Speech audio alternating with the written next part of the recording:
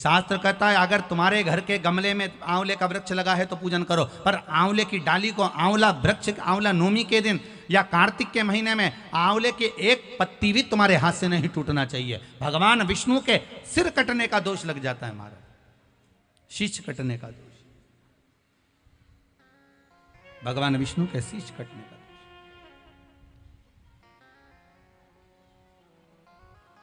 जानकी मैया, सीता जी की आंख से अश्रु बह रहे, माता जानकी की आंखों से आंसू बह रहे हैं, माता सीता की नेत्रों से जल बह रहे हैं। देवऋषि नारद से पूछा, जो तुलसी का दल द्वादशी को टूट गया है, मान लो अगर द्वादशी को टूट गया, चतुर्दशी को टूट गया, संक्रांति को टूट गया, तो इसका कोई निदान तो होगा कि नहीं होगा?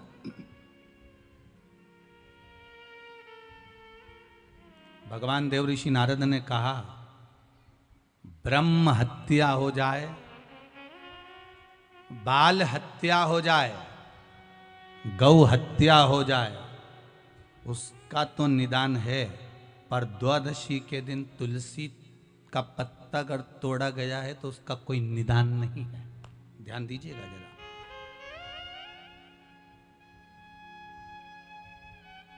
उसका कोई निदान नहीं। कुछ तो होगा देवऋषि नारद, कुछ तो उपाय होगा जो मैं कर सकती हूं। देवऋषि नारद ने कहा, एक उपाय हो सकता है कि मैं कहूं कि ये दान करोगे तो ये हो जाएगा, मैं कहूं कि ये पुण्य करोगे तो इससे ये दोष मिट जाएगा, मैं कहूं कि ये व्रत रख लो तो इससे ये दोष मिट जाएगा, तो ये तो नहीं हो सकता। हाँ, इतना जरूर हो सकता है, जो तुलसी का पत्ता आपके पल्लू से नीचे टूट कर गिरा है उसको आप जोड़ दीजिए, उसको वापिस डाली पर लगा दो। तो देवऋषि नारद से सीता जी ने पूछा, वो पत्ता कैसे लग सकता है? जो टूट गया वो लगेगा कैसे?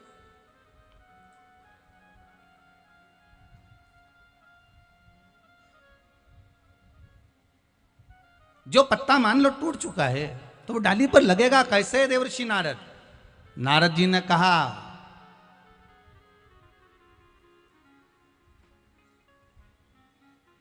आपने अगर पति की सेवा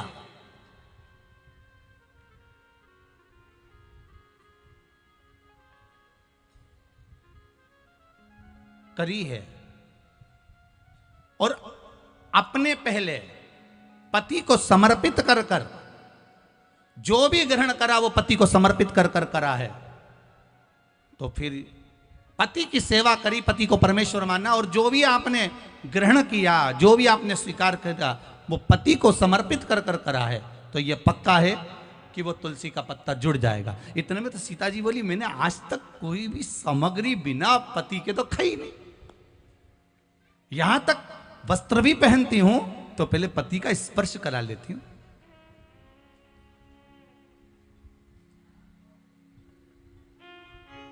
कोई आभूषण धारण करती हूं तो पति का स्पर्श करा लेती हूं। तो फिर सीता जी की कथा चल रही है, तुम्हारी नहीं हो। आज के जमाने में तो तुम ठेले पे जाके कब गोलगप्पा खा के आ जाओ पति को ही नहीं मालूम है, कब पानी पूरी निपटाया हो। क्या बोलते इधर, पानी पूरी, पानी बतासा, क्या बोलते उसे? वो पानी भर के गाते, पानी पूरी, गुपचुप। हाँ, गुपचुप तो हैदराबाद में भी बोलते हैं, जैसे ही मुंह में गुप आदमी चुप, उसके बाद आवाज ही नहीं निकलती।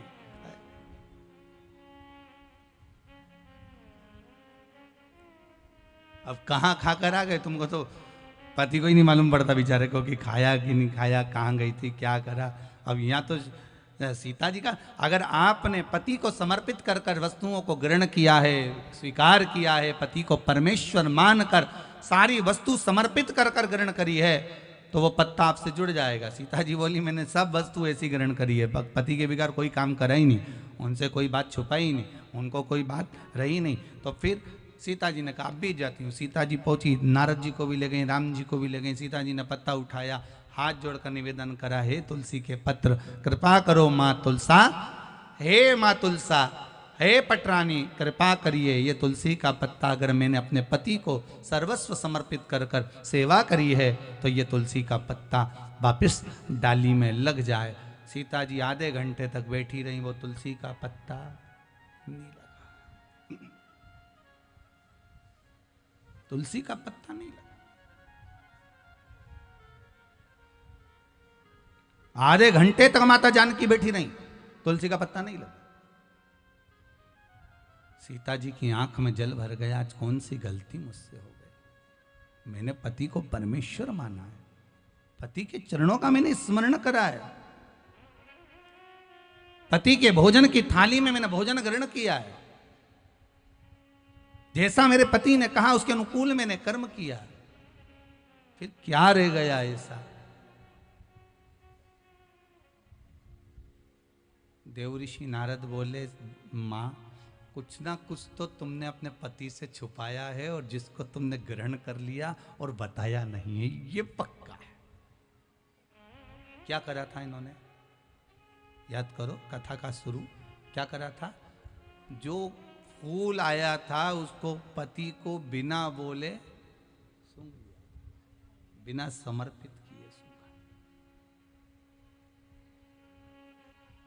वो पुष्प सीता जी को ज्ञात नहीं हुआ कि मैंने कोई कर्म बेकार करा ही नहीं। मैं जानती हूं मैंने बेकार कर्म नहीं मां। तब देवऋषि नारद ने कहा, मां समध्याने से पुष्प आए थे, फल आए थे, मिठाई आई थी, उस फल फूल मिठाई में से आपने एक पुष्प को सूंघ लिया था, याद करिए। हाँ देवऋषि नारद गलती हो गई। नारद जी ने राम जी को देखा, राम जी ने नारद को देखा, राम जी बोले अच्छा हुआ इसने तूने सुधार दिया। राम जी देवऋषि नारद को बोले, बुलाया ही तेरे को इसलिए था कि इसकी गलती दिखा दी जाए। माताओं की गलती दिखाना बड़ा कठिन काम है, बहुत कठिन। पति अपनी पत्नी से कह देना तूने मम्मी से ऐसा क्यों कहा, बस उठते में तो जगदम्बा हो गई, तैयार, बस फिर बोला। अब गलती दिखाना ही तो दिक्कत है। सबसे बड़ी तो तकलीफ यहाँ शास्त्र रहता है ना, आप अपने साथ में कोई मित्र ले रहा है, कोई सखा रह रहा है, कोई शिष्य रह रहा है, कोई गुरुजन रह रहा है, कोई व्यक्ति आपके साथ में रह रहा है, आप उसकी गलती तो गिनवा दो कि तूने ऐसा करा, तूने ये करा, तूने मेरे साथ झूठ बोला, तूने प्रपंच करा, तूने छल करा, तूने ये बात क्यों छुपाई। तुझे अगर विश्वास था अपने गुरु पर, तुझे विश्वास था अपने मित्र पर, तुझे विश्वास था अपने सखा पर, जब वो व्यक्ति आपसे कुछ नहीं छुपा रहा तो तूने क्यों छुपाया ये बात, तूने क्यों छुपाई कि मैंने ये नहीं करा, मैंने वो नहीं करा, छुपाया क्यों। अगर तू बता देता तो सब क्लियर होता चले जाता, पर छुपाओ क्यों।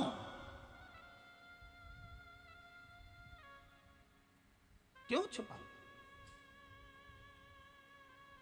हम तो यहां तक माताओं से कहते हैं, मायके से अगर कोई वस्तु मिली है ना तो तुम तुम्हारी सास को बता दो, मम्मी ये मायके से मिली है। सास भी खुश हो जाएगी, बाबा थारा ससुराल थारा मायका वाला बहुत अच्छा है, कितना जोरदार जोरदार सामान दे, मम्मी ये लेकर आई हूं। छुपाने की जरूरत क्या।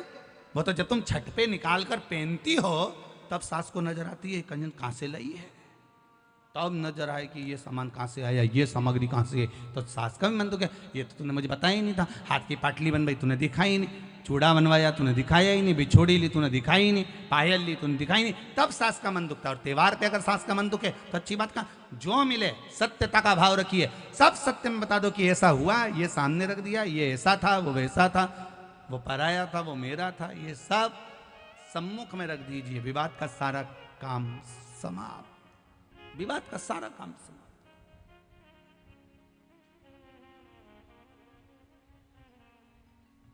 विवाद हम उत्पन्न करते हैं।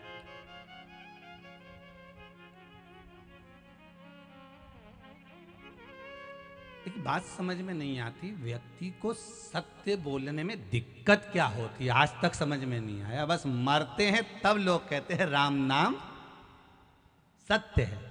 अब जो मरा है वो उठ के सत्य बोलेगा क्या। तो जीते जी बोलो ना। दिवाली मिलने जाओ तो हैप्पी दिवाली मत कहो, जाते से कह दो काका जी राम नाम सत्य है, सेठ जी राम नाम सत्य। सेठ जी कुर्सी से नीचे धड़, क्यों रे मेरा बुरा चाहता है। नहीं नहीं नहीं, मरने के बाद लोग सत्य बोलेंगे तब आप नहीं बोल पाएंगे। तो हमने सोचा आज ही सत्य बोल ले, थोड़ा बहुत तो बोल लो रे राम नाम। अरे बोलो तो, अभी भी घबरा रहे हो तुम तो, बोलो जरा अच्छे से राम नाम। पीछे वाली तो बोल ही नहीं रही है, अच्छे से बोलो राम नाम। सत्य है और वो अटल है, अजर है और अमर है। राम का नाम ही केवल सत्य रहेगा, बाकी का सब संसार मिथ्या झूठा। सब जितने तुम्हें अपने नजर आ रहे हैं सब चोटे नंबर 1 के, सब चोर। एक भी अच्छा नहीं है। जैसे ही रात को मरेगी ना, आधी रात के सब बहुएं नोच नोच के निकाल देगी। सब चोटे घर में जितने। तुम अच्छा नाटक कर लो। अच्छा तुम एक काम करो, आधा 1 घंटा रात्रि को यूं मर जाओ अपने आप ही, ऐसी डिजाइन में सांस मास रोक के पड़ जा। और बहुन आएगी, थोड़ी देर देखेगी, अम्मा अम्मा अम्मा आई, अम्मा अम्मा। वो सोचेगी मर गई है, तो थोड़ी देर तो आंख में आंसू आएगा, उसके बाद देख लेगी अंगूठी अच्छी सब निकुल के। अब रोना भी है और निकालना भी है, तो सब रोते रोते सब निकाल के पल्लू में बांध के फिर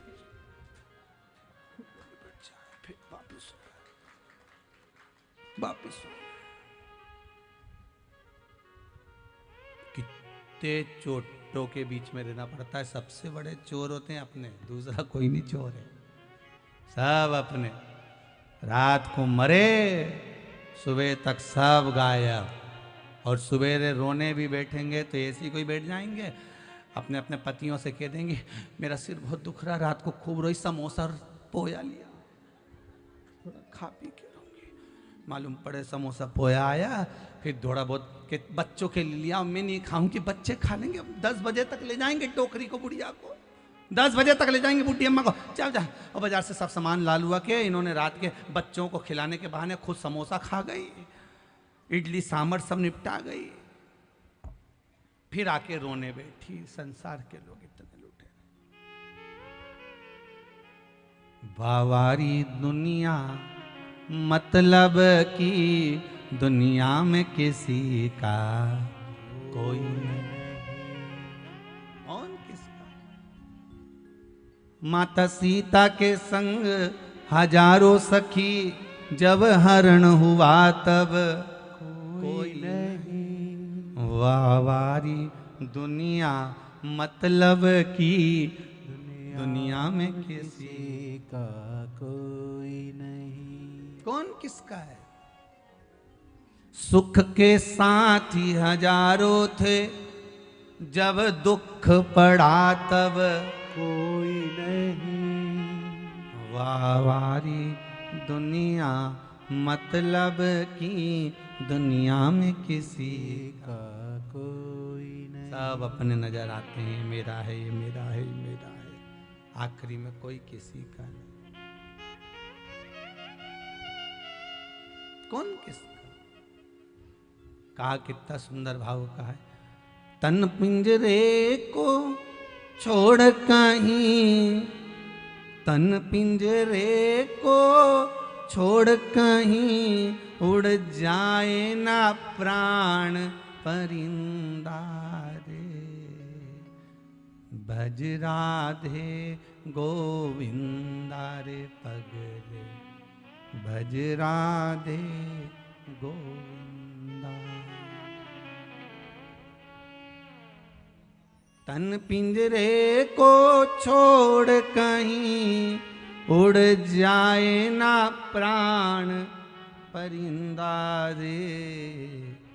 भज राधे गोविंदा रे पगले, भज राधे गोविंदा।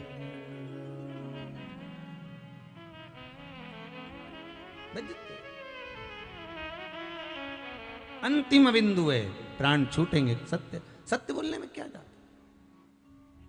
सीता जी को ध्यान आया, हाँ मैंने एक गलती करी थी, जो फूल आए थे उसमें से मैंने पुष्प को सूंघ लिया था। भगवान राम को बिना दिए, राम जी के बिना सुगंधित लिए मैंने सूंघ लिया।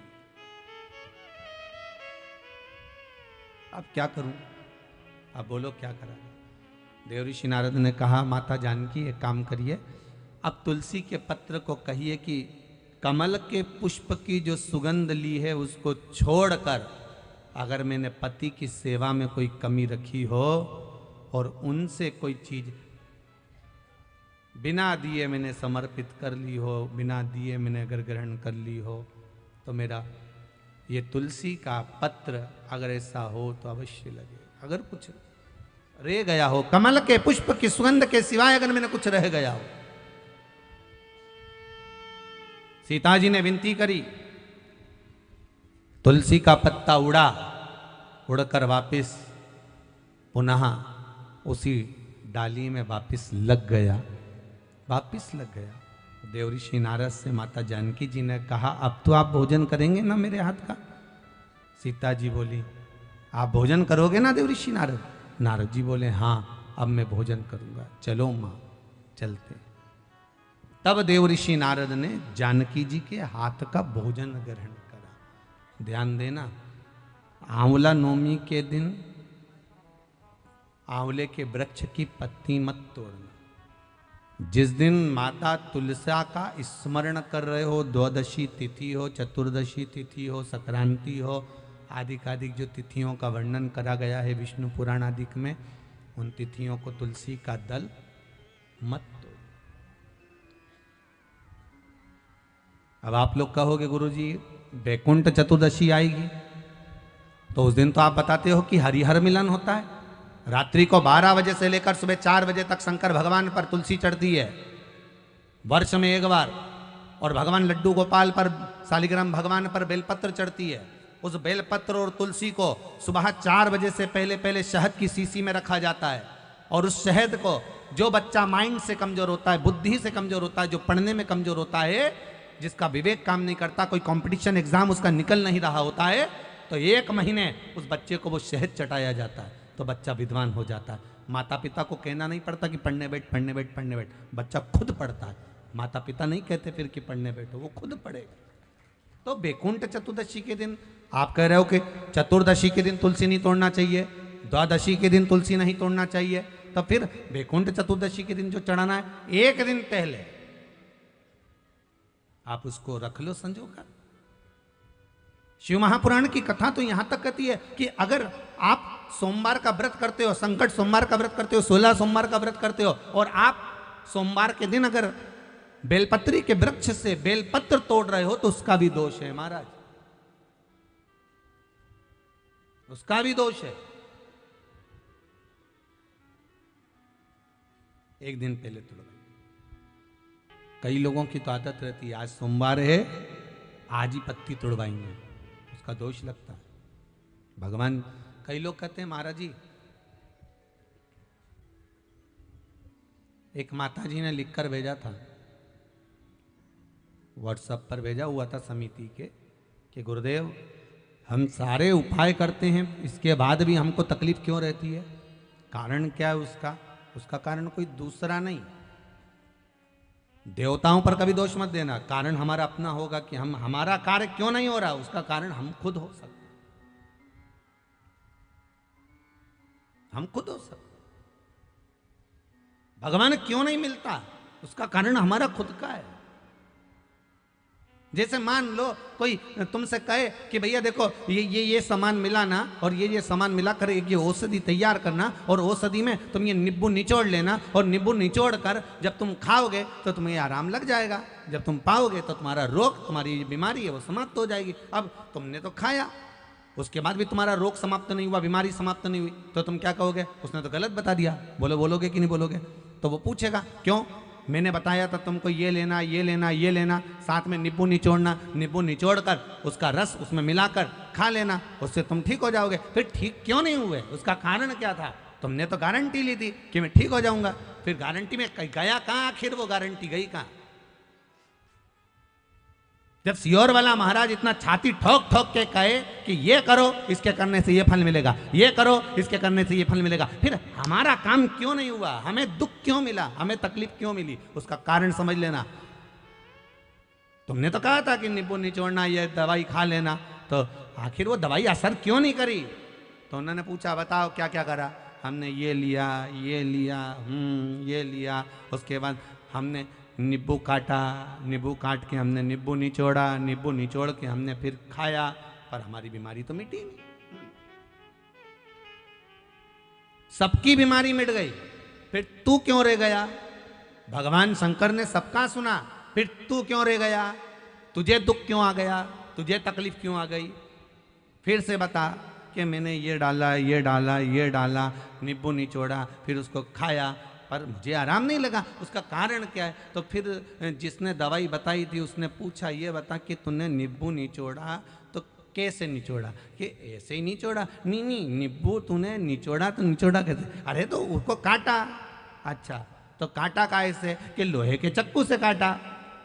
बस दवाई वाले ने कह दिया, वो चक्कू जो था ना वो लोहे का था, और लोहे के चक्कू का जो उसमें पदार्थ लग चुका था, और लोहे के चक्कू का उसमें जो जंग था वो आ गया था, और वो निचोड़ने पर पूरी दवाई का नाश कर दिया, इसलिए तेरा काम नहीं हुआ। नींबू निचोड़ना था तो जैसे लोग वो कांदा नहीं रहे, कांदा कैसे फोड़ दे, ऐसे नींबू को फोड़ के और उसका रस निकाल कर, वो प्याज होता ना, प्याज को काट की जगह ऐसे फोड़ दिया, अब उसका रस निकाल कर तू जो नींबू का रस निकाल कर घोट के पी। अब की बार उसने वही करा, ना चक्कू से काटा ना तलवार से काटा, उसने नींबू को डोचा, उसका रस निचोड़ा, खाया, वो ठीक हो गया, रोग समाप्त।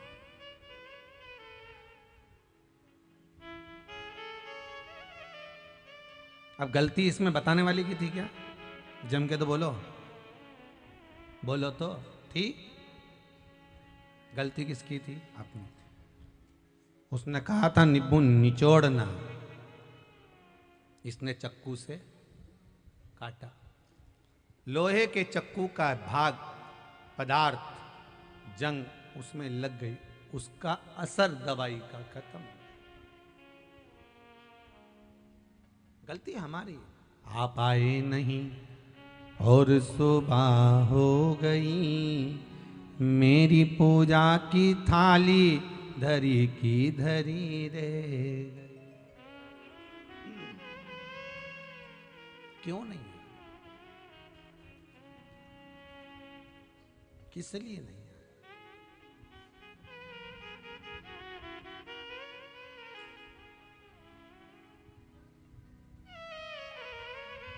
कारण क्या है आप नहीं आए उसका?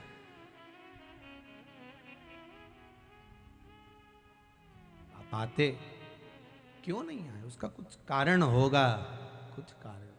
वो कहते हैं एक झोली में फूल भरे हैं, एक झोली में कांटे, तेरे बस में कुछ भी नहीं, वो बांटने वाला बांटे।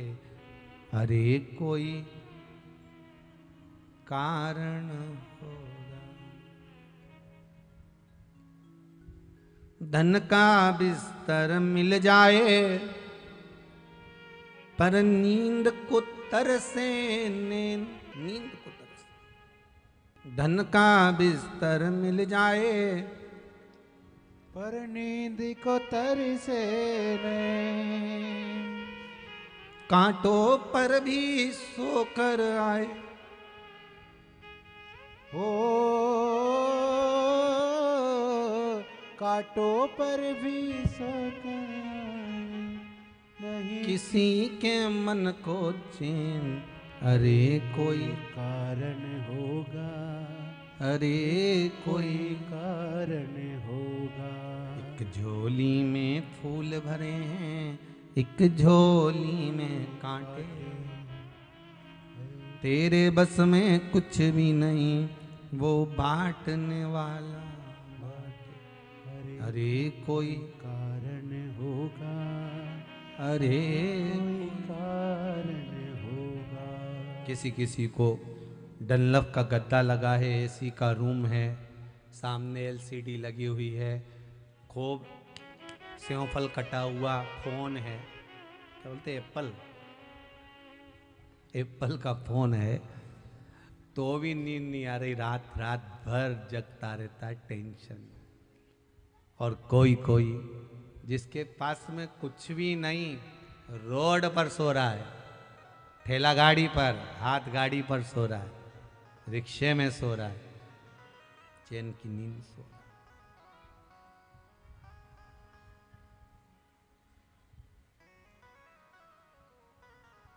उसे कोई मतलब।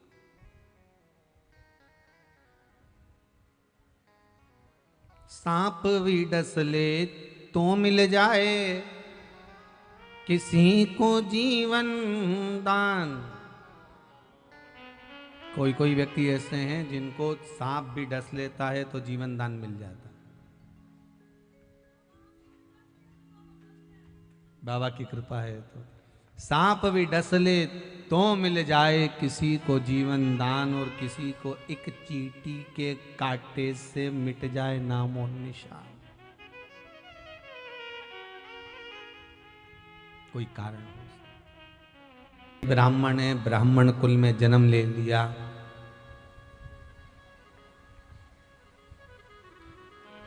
पर यज्ञोपवीत तक धारण नहीं करते, मस्तक पर तिलक नहीं लगाते,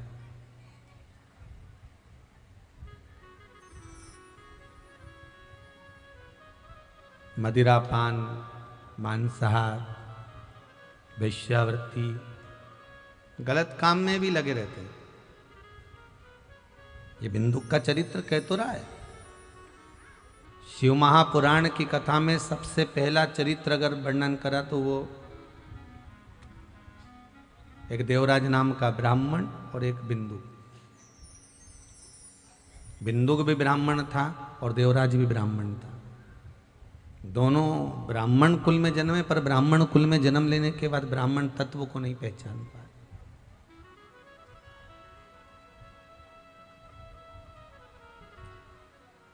एक बात इस व्यासपीठ से जरूर कहेंगे, सारी 84 लाख योनियां काटने के बाद मनुष्य की देह मिलती है, और 84 लाख योनियां काटने के बाद मनुष्य की देह मिलती है, और मानव की देह मिलने के बाद भी अगर ब्राह्मण का जन्म मिल जाए तो उससे बढ़कर कोई सुख नहीं है। पर उस ब्राह्मण के जन्म को पाने के बाद अगर आप उसको गंवा दो मदिरापान में, मांसाहार में, वेश्यावृत्ति में, जुए में, तो ये आपका जीवन फिर वापिस नरकों से भी बदतर हो जाता है, नरकों से भी बदतर।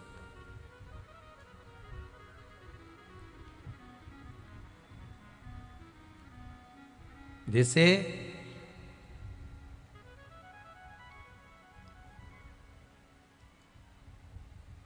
बेलपत्री का अग्रभाग,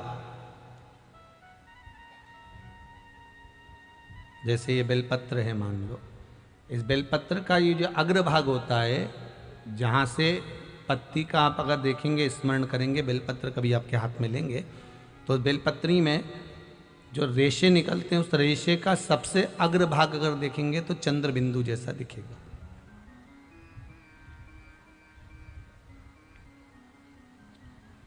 अग्रभाग। जब हम शंकर भगवान को बेलपत्र समर्पित करते हैं और समर्पित करने के बाद जैसे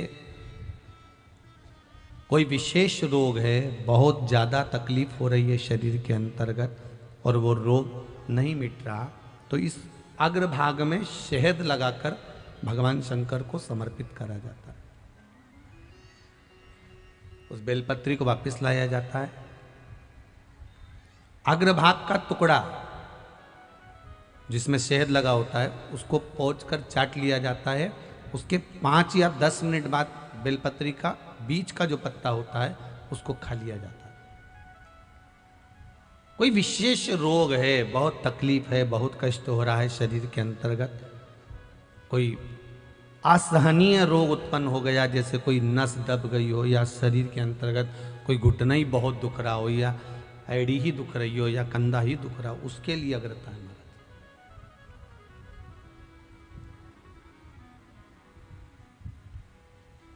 और ये कभी भी कर सकते हो आप, किसी भी।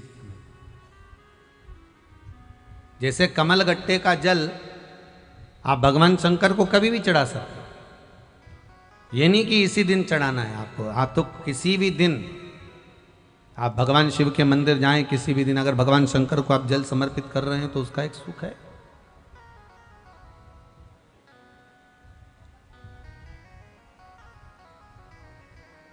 अगर व्यापार नहीं चल रहा है, आपकी दुकान व्यापार व्यवसाय बंद पड़ा हुआ है, तो आप किसी के सम्मुख में जाकर हाथ मत फैलाना कि मुझे रुपया चाहिए, मुझे पैसा चाहिए।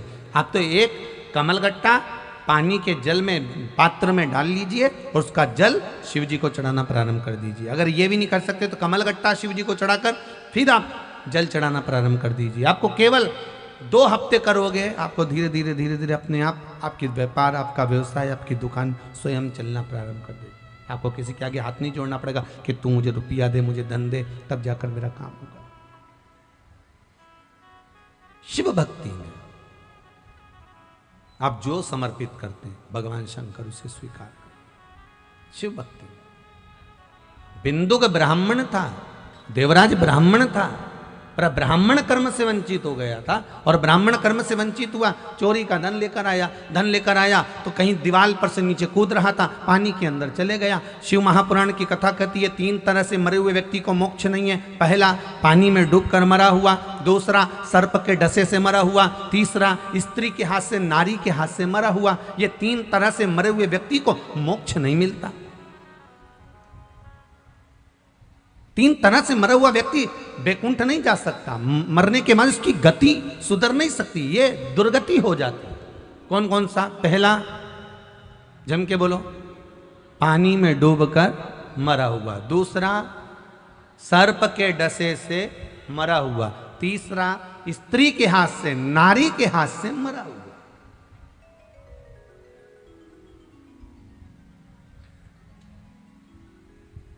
हम कई बच्चों को समझाते हैं, कई बच्चों को हमने समझाया।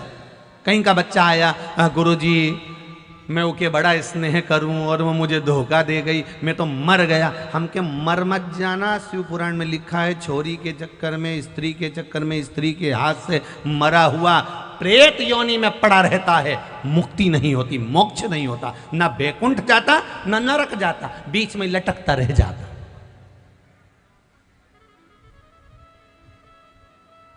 क्यों अपनी गति बिगाड़ रहा है? क्यों अपनी गति?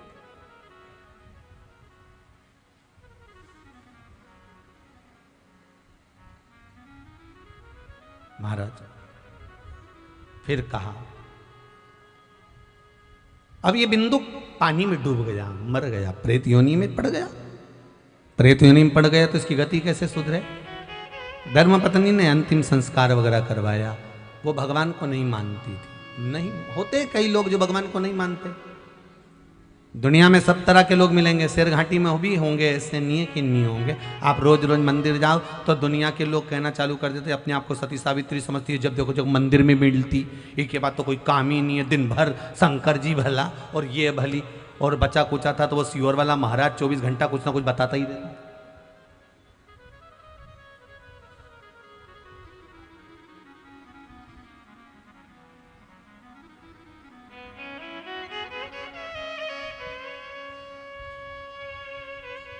अच्छा, जैसे मेरे शंकर भोले उसी तरह उनका भक्त भी भोला।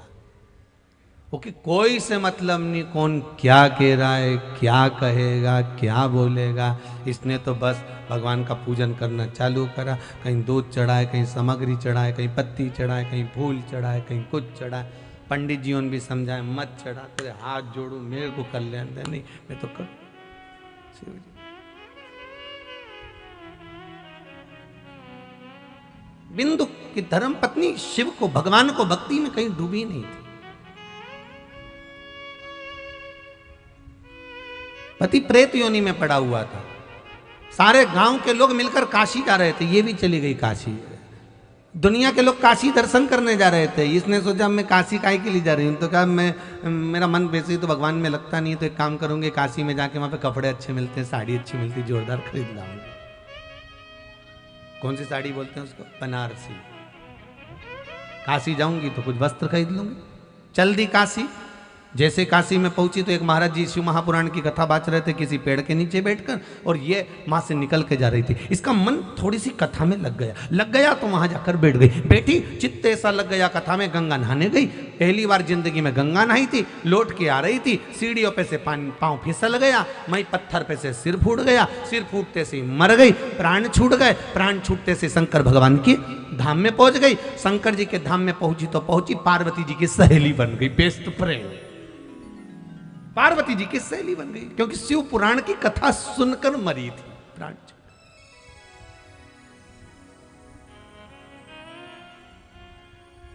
शिव महापुराण की कथा सुनकर प्राण छूटे थे।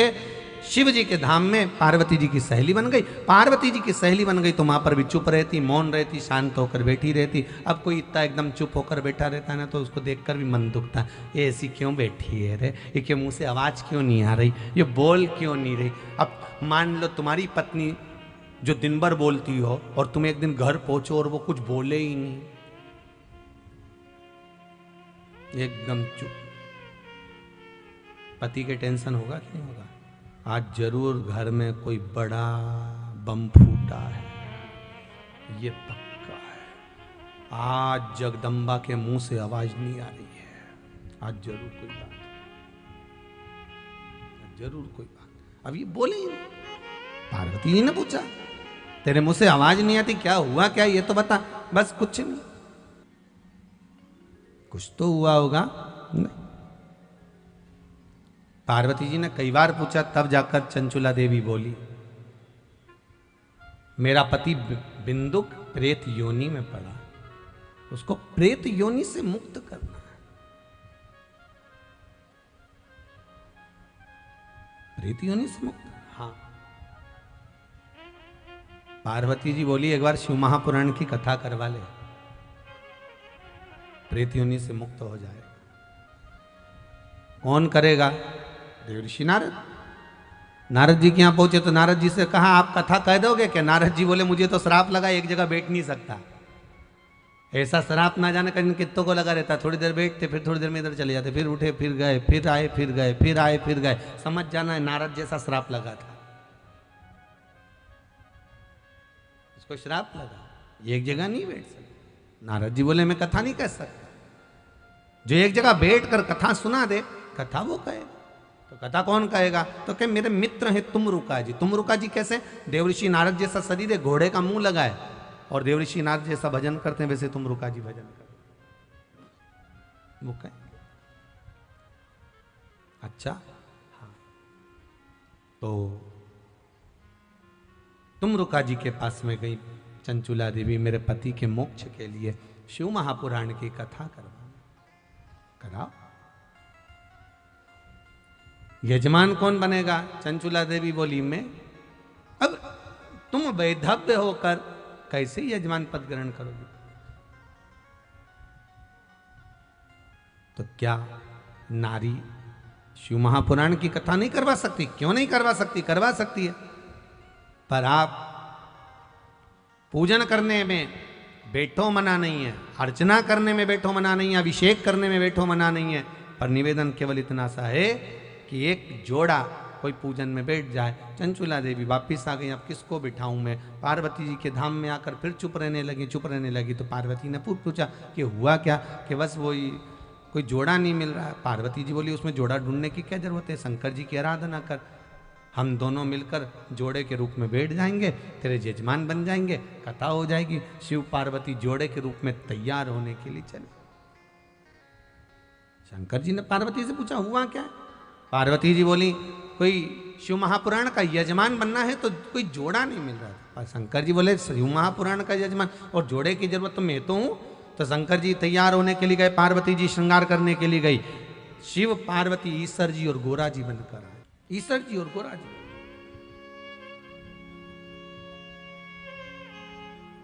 गणा और गौर बनकर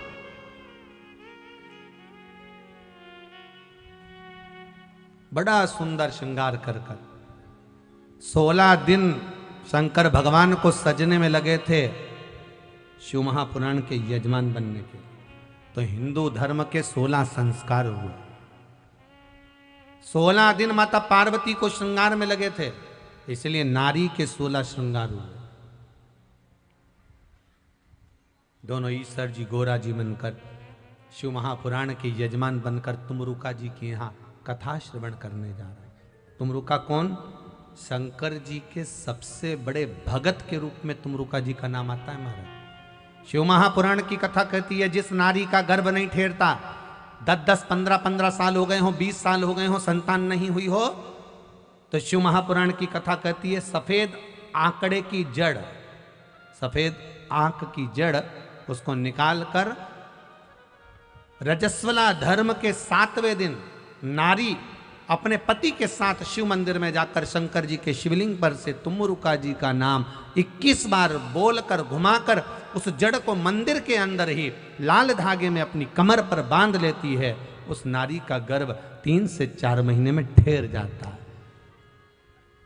3 से 4 महीने में ठहर जाता उस नारी का गर्भ। महाराज तुमुरुका जी के नाम का स्मरण कर, यहां तक शिव महापुराण की कथा कहती है, अगर डॉक्टर कह दिया कि संतान होगी पर ऑपरेशन से होगी और नॉर्मल डिलीवरी नहीं हो रही है, नॉर्मल जापा नहीं हो रहा है, तो महाराज गुड़ की 7 डली छोटी छोटी ले ली जाती है और तुमुरुका जी का नाम लेकर शंकर भगवान पर से घुमाकर उस डली को उस गर्भवती नारी को 9वें महीने में खिला दिया जाता है। तो नारी का जो जन्म बच्चे को देती है उसमें ऑपरेशन की जरूरत नहीं पड़ती, नॉर्मल संतान की उत्पत्ति हो जाती है, उसमें ऑपरेशन की जरूरत नहीं पड़ती। जो कार्तिक के महीने में शिव महापुराण की कथा श्रवण कर रहे हो,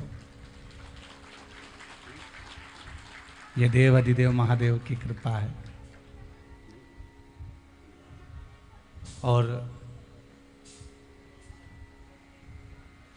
दूसरे नंबर पर भाग्यशाली हैं श्री दिलीप जी अग्रवाल, अग्रवाल परिवार, जो इस पावन शिव महापुराण की कथा के यजमान पद को ग्रहण करे हैं और भगवान की अविरल भक्ति और मुक्ति का मार्ग प्रशस्त करने वाली शिव महापुराण की कथा को संपूर्ण विश्व में श्रवण करवा रहे हैं। बाबा देव अधिदेव महादेव के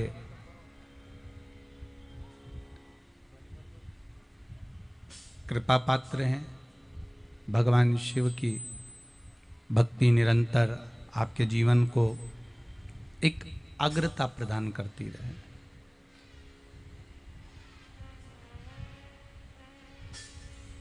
अगर शेरघाटी में गया बिहार के इस पावन क्षेत्र में शेरघाटी में अगर शिव महापुराण की कथा हो रही है, हम तो पहली बार इस क्षेत्र में आए हैं, पर इतना विश्वास जरूर है कि शेरघाटी में अगर शिव महापुराण की कथा हो रही है तो शेरघाटी के आसपास के क्षेत्र में चारों तरफ शंकर जी बहुत होंगे, ये पक्का है। अभी हम गए और ना हमारी ऐसी कोई बात दिलीप जी से हुई है, ना अग्रवाल परिवार से ऐसी कोई बात हुई कि यहाँ शिवलिंग हैं, कितने हैं, कितनी जगह पर बाबा देव अधिदेव महादेव विराज रहे हैं। पर यह विश्वास जरूर है कि शंकर की कथा है तो शेरघाटी वालों पर अगर करुणा हुई है तो मेरा देव अधिदेव महादेव शेरघाटी में कहीं ना कहीं बहुत चारों तरफ विराजमान जरूर होगा, ये पक्का है। अब खोजबीज करेंगे, अब 7 दिन यहीं पर हैं तो करना क्या है, एक एक करके पूछते रहेंगे कि आसपास में शिवलिंग है, कहाँ कहाँ पर है, कैसे कैसे हैं। और जरूर यहाँ शेरघाटी के आसपास कोई ना कोई चमत्कारित शिवलिंग जरूर होगा, ये विश्वास है मुझे। जब जाकर यहाँ शिवपुराण की कथा हो रही है ऐसा कोई शिवलिंग जरूर होगा जहाँ, जैसे अभी बीच में एक बार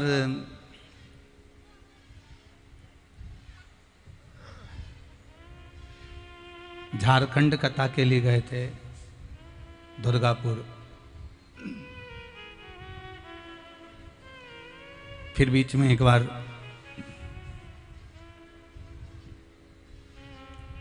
कथा श्रवण करने के लिए शबरी अम्बा के गांव गए थे,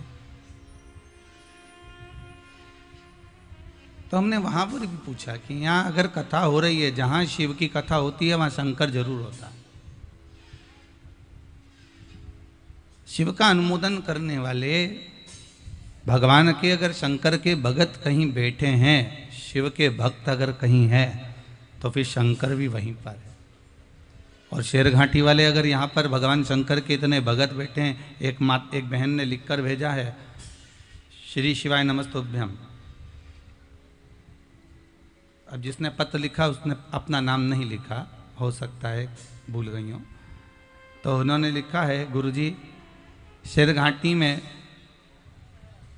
पहले हम शेरघाटी में ही रहते थे, मगर अब हम हजारीबाग में रहते हैं। आप ही ने लिखा है, बहुत सुंदर भाव आपने प्रकट करा है कि मैंने देवाधिदेव महादेव से यही मांगा था कि हमारे शेरघाटी में शिव महापुराण की कथा हो जाए। यही बाबा की कृपा, और कथा सुनने का मौका मिला, यही बाबा की बड़ी कृपा है। विराजिए विराजिए। बाबा देवाधिदेव महादेव कृपा करे, आपका विश्वास, आपका श्रद्धा, आपका भरोसा,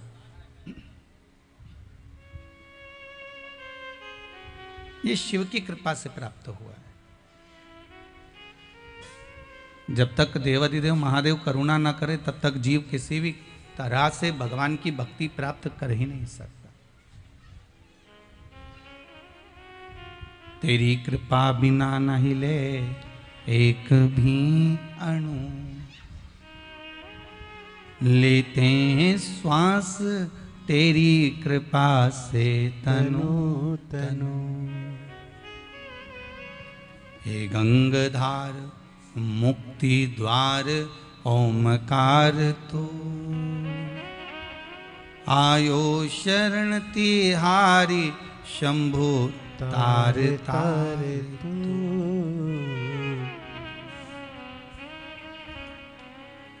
अगर भगवान शिव की करुणा है, कृपा है, दया है, तो आपके नगरवासियों को, आपके क्षेत्रवासियों को शिव महापुराण की कथा मिली है। कहीं शंकर की करुणा हुई तो प्राप्त हुई।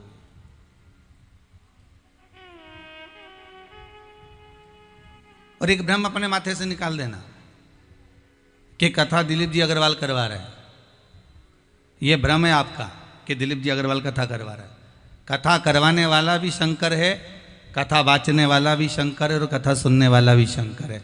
ना तो कोई करवा रहा है, ना कोई बाच रहा है, और ना कोई सुन रहा है। ये तो एक निमित्त मात्र है। जैसे लक्ष्मण जी को शक्ति लगी, लक्ष्मण जी को बाण लगा, लक्ष्मण जी मूर्छा होकर गिर गए, तो हनुमान जी जब संजीवनी लेकर चले तो हनुमान जी को यह भान होने लगा कि संजीवनी मैं लेकर जा रहा हूँ, संजीवनी मैं उठाकर जा रहा हूँ। जब हनुमान जी संजीवनी लेकर जाने लगे तो हनुमान जी को थोड़ा सा भाव प्रकट हो गया कि संजीवनी मैं लेकर जा रहा हूँ। तब भरत जी ने बाण छोड़ा, और भरत जी ने जब बाण छोड़ा हनुमान जी पृथ्वी पर गिर गए। तब हनुमान जी को समझ में आया कि संजीवनी ले जाने वाला मैं नहीं, संजीवनी ले जाने वाला तो मेरा राम था, मैं तो केवल एक निमित्त मात्र था। ले जाने वाला मेरा राम है, जीवित करने वाला मेरा राम है। उसी तरह शिव महापुराण की कथा अगर शेरघाटी में हो रही है, गया बिहार के इस पावन क्षेत्र में फाल्गु नदी तीर्थ के तट पर ये पावन शिव महापुराण की कथा हो रही है, तो फिर इसको करवाने वाला कोई दूसरा नहीं, मेरा शंकर ही है, मेरा शिव ही है, और वाचने वाला भी शंकर।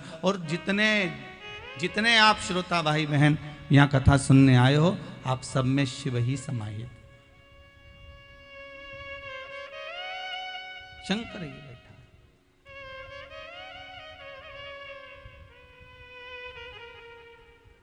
और 7 दिन फिर निवेदन करेंगे।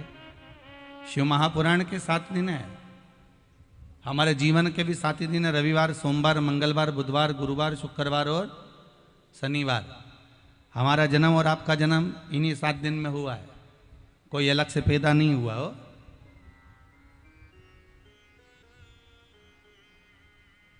इन्हीं 7 दिन में हम भी पैदा हुए और इन 7 दिन में आप भी पैदा हुए। रविवार, सोमवार, मंगल, बुध, गुरु, शुक्र और शनि। अलग से कोई दिन हो ना आपके पास में, अगर कोई ऐसा हो कि भाई 7 दिन में ये दिन अलग से है, तो जरूर बताना हो।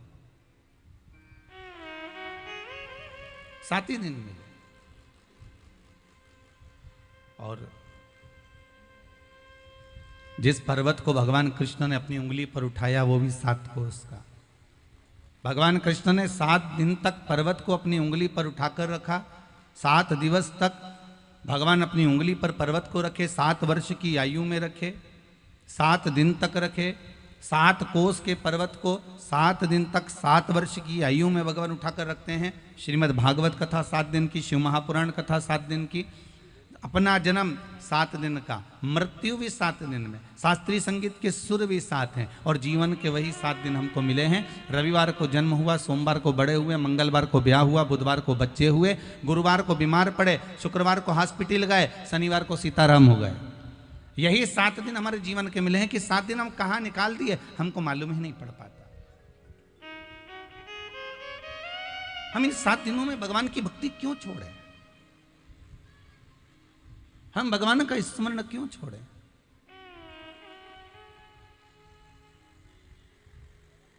बड़ी मुश्किल से प्राप्त हुई है शिव महापुराण की कथा, वो भी कार्तिक के महीने में और पंचवीगन में।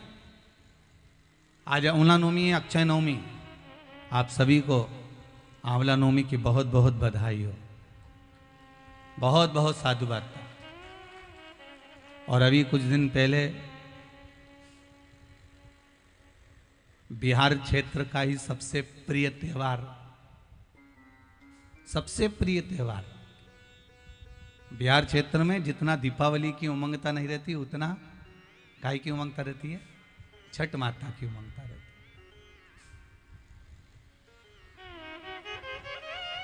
देवाधिदेव महादेव की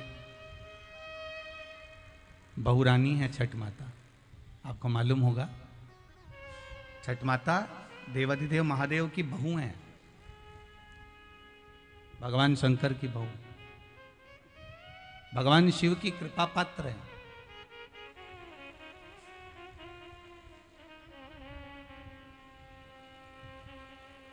भगवान शंकर के अनुमोदन करना, शिव का स्मरण करना और शंकर की भक्ति में डूबे रहना। 7 दिन अपने परिवार वालों से कह के रख देना, देखो मैं 7 दिन में 2 बजे से 5 बजे तक कथा सुनूंगी, इसके सिवा कोई काम करने वाली नहीं। और भाइयों से भी निवेदन है, भले दुकान पर बैठकर सुनो, परिवार में रहकर सुनो, तुम्हारी मर्जी पड़े जहां बैठकर सुनो, पर 7 दिन शिव महापुराण की कथा का रसास्वादन हमको करना है। कमाने के लिए पूरी जिंदगी पड़ी है। फिर निवेदन करेंगे, तुम जितना कमाओगे तुम्हारी कमाई का भोग तुम्हारे बच्चे भी करेंगे, तुम्हारी पत्नी भी करेगी। अब आपने दुकान पर बैठकर कैसे कमाया, किस तरह से कमाया, कैसे कमाया, ये उसका भान हमको नहीं।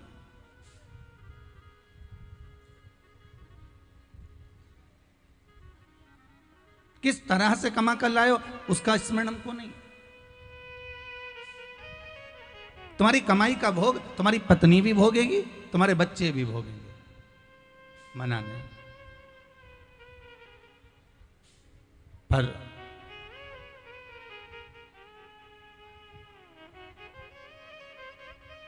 महाराज, तुम्हारी कमाई का भोग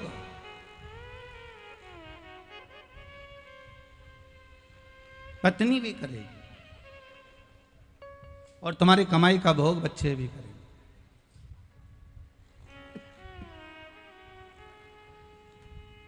पत्नी भी कर रही है और बच्चे भी कर रहे हैं। पर तुम्हारे कमाई का भोग पत्नी भी करेगी और बच्चे भी करेंगे। पर शिव महापुराण की कथा ये कहती है कि आपके जिस तरह से आपने कमाया है, जिस तरह से आप कमाई कर कर लाए हो, उसके कर्म का भोग केवल आपको अकेले ही करना, केवल आपको अकेले। वो ना पत्नी भोगने वाली है ना बच्चे भोगने वाले।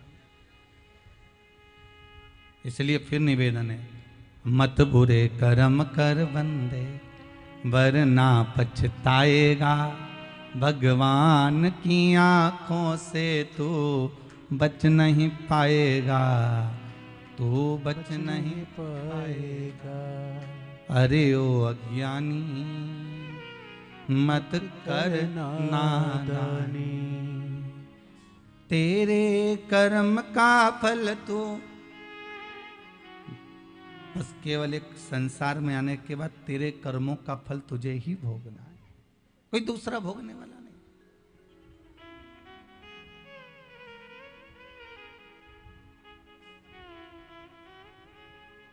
तेरे कर्म का फल भी तुझ खुद को पाना है, बस इसके सिवा कोई नहीं पाने वाला। हाँ, कमाई का भोग सब पाएंगे, जो कमा कर लेकर आए उसका भोग सब करें, पर कर्म का भोग तुझे अकेले ही करना। इसीलिए शिव महापुराण की कथा कहती है कि कलिकाल में संसार सागर में तुलसीदास जी ने बड़ा सुंदर संवाद कहा है, बड़ा सुंदर बात कही कि कलयुग केवल नाम आधारा और सुमर सुमर नर उतरहि पारा। कलिकाल में केवल एक नाम की आधारशिला रख लीजिए कि नाम को आधार बना लीजिए, भगवान की भक्ति को आधार बनाकर, भगवान के नाम को आधार बनाकर भगवत स्मरण में इतने डूब जाइए, इतने डूब जाइए कि फिर इस संसार में हमारा पुनः जन्म ना हो, हम उस परमात्मा की ओर अग्रसर हो जाए।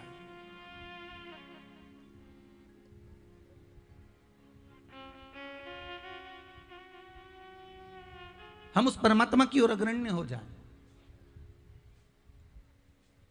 महाराज,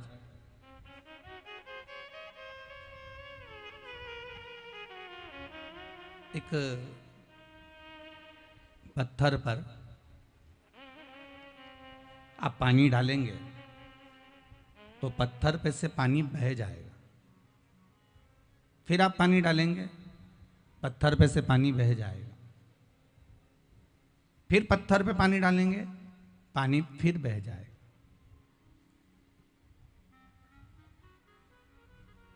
पत्थर पे से पानी बह रहा है, पत्थर सूख रहा है, पानी समाप्त हो जाता है, पत्थर वैसा की वैसा ही। पर शिव महापुराण की कथा कहती है उसी पत्थर पर आप एक ही जगह पर एक एक बूंद पानी टपकाना, गिराना प्रारंभ कर दीजिए, तो वो पत्थर पर जब एक एक बूंद पानी एक ही जगह पर गिरता रहेगा, गिरता रहेगा, गिरता रहेगा, तो वहां एक छेद हो जाएगा। सही है कि गलत है? वहां एक छेद हो जाएगा।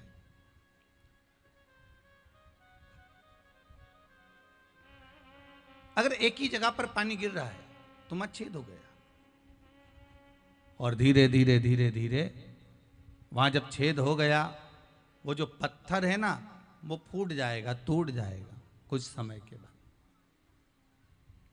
आप वैसे ही पानी डालोगे तो पत्थर पे से पानी बह जाएगा, आप वैसे ही पानी डालोगे तो पत्थर का पानी सूख जाएगा। पर यदि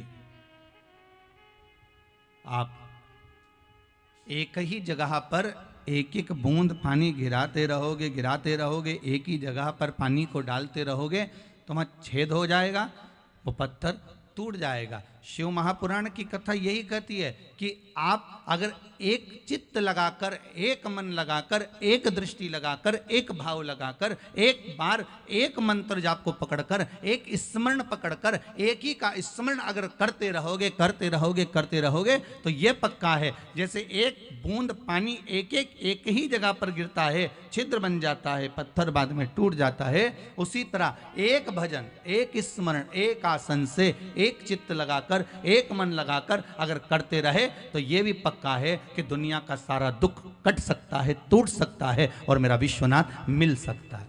अगर एक मन लगाकर, एक चित्त लगाकर, एक स्मरण लगाकर आप शिव की भक्ति कर रहे हो तो मिलेगा। आप एक मन से करना प्रारंभ करो।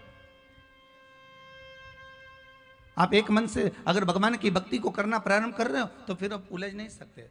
अब चाहे राम जप लो, चाहे कृष्ण जप लो, चाहे शिव जप लो, चाहे भवानी जप लो, चाहे विष्णु जप लो, चाहे नारायण जप लो, आपकी मर्जी हो वो जपो, परंतु वो भगवान की भक्ति करो।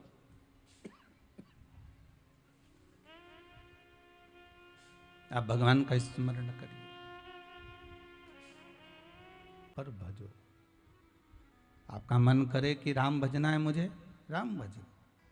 आपका मन करे कि कृष्ण भजना है तो कृष्ण भजो, पर एक बूंद पानी एक ही जगह पर गिरेगा तो खड्डा हो जाएगा, छेद हो जाएगा और वो पत्थर टूट जाएगा। उसी तरह यदि एक मंत्र का जाप संसार का मानव करना प्रारंभ कर दे तो ये पक्का है कि आपकी दुख, तकलीफ, कष्ट, रोग, बीमारी ये सब अपने आप कट जाए, अपने आप।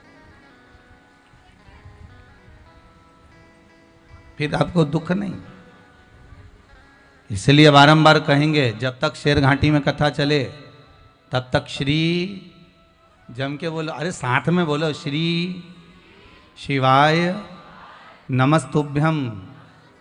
एक बार फिर से बोलिए, श्री शिवाय नमस्तुभ्यम, श्री शिवाय नमस्तुभ्यम। इस मंत्र को जपते रहना है जब तक शेर घाटी में कथा चले। आप बड़े प्रेम से जप।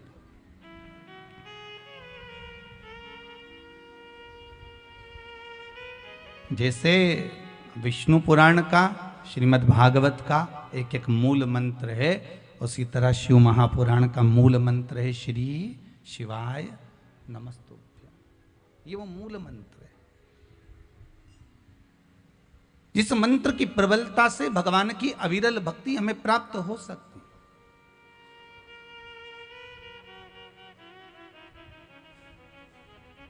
इस मंत्र की प्रबलता से हम भगवान को प्राप्त कर सकते।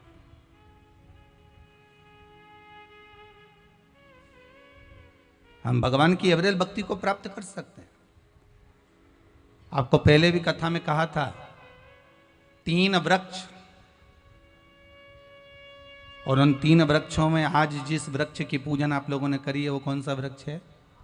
आंवला नोमी का वृक्ष, आंवले का वृक्ष, आंवले का वृक्ष। कथा सुनी होगी आप लोगों ने आज आंवले वृक्ष की। पर आंवला नोमी पर एक चीज का स्मरण जरूर रखना कि आंवले के वृक्ष के नीचे भले जाओ, आंवले के वृक्ष की पूजन भले करो, पर शिव महापुराण की कथा कहती है कि आंवला नोमी का दिन हो, चाहे कार्तिक महीने का पूरा मास हो, कार्तिक का महीना हो, पर आंवले के वृक्ष की पत्तियों को नहीं तोड़ना चाहिए।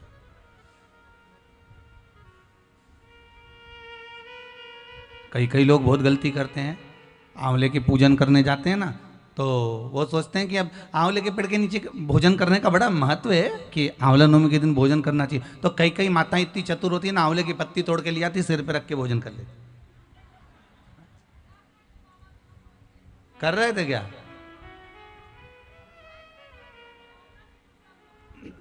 बस तो फिर अब कथा मतलब धीरे धीरे समझ में आ रही हो।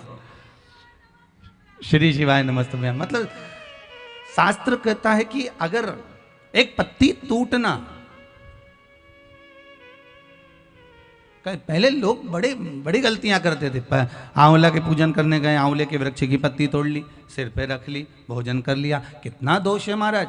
यहां तक शिव महापुराण की कथा कहती है, विष्णु पुराण, अग्नि पुराण, पद्म पुराण कहती है, गर्ग संहिता में यहां तक वर्णन करा गया है, स्कंद पुराण में भी कहा गया है कि आंवले के वृक्ष की जिस दिन पूजन करें, आंवला अगर ऊपर से नीचे गिर जाए, आपको प्राप्त हो जाए, तो भले उसका सेवन करो, भले उसको रख लो, पर आप आंवले नवमी के दिन आंवले को भी नहीं तोड़ना चाहिए। आंवला नवमी के दिन आंवले को भी नहीं तोड़ना चाहिए। यहां तक शास्त्र वर्णन करता है कि राजा एक वैश्य बड़ा धर्मात्मा था, बड़ा धर्मात्मा। आप लोगों ने आज कथा सुनी हो कि कितना कितना धर्मात्मा राजा। बस उसका एक नियम था, वो प्रतिदिन एक सोने के आंवले का दान देता था।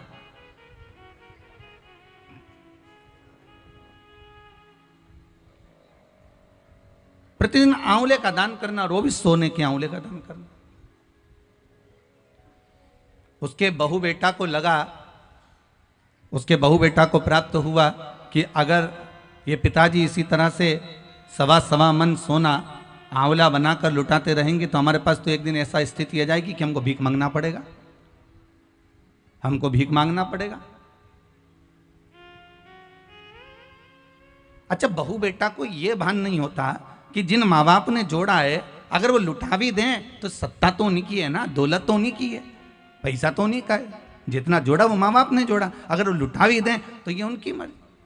पर बहुत कम माता पिता ऐसे होते हैं जो अपने ऊपर सही मायने में खर्च करते हो। बहुत ध्यान देना महाराज। जोड़ा जोड़ा जोड़ा जोड़ा, आखिरी में छोड़ा, इतना बड़ा फोटो टंगिया, फोटो नीचे तुम ऊपर, हो गया कल्याण। तो उससे ज्यादा और होगा क्या? क्या मतलब?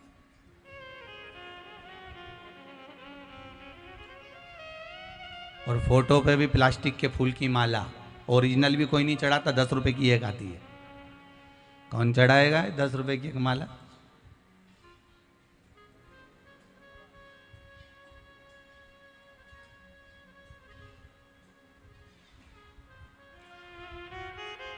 तीन 400 रुपये महीना का कौन खर्चा करेगा?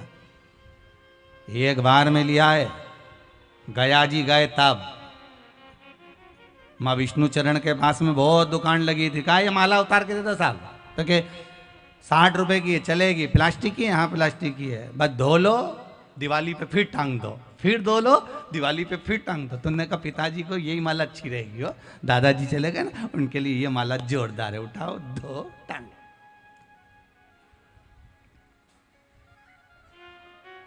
हसोमती एक एक माला अपने को भी टंगने वाली है, आज नहीं तो कल टंगेगी, टंगेगी तो सही, माला किसको नहीं टंगी, टंगना। पर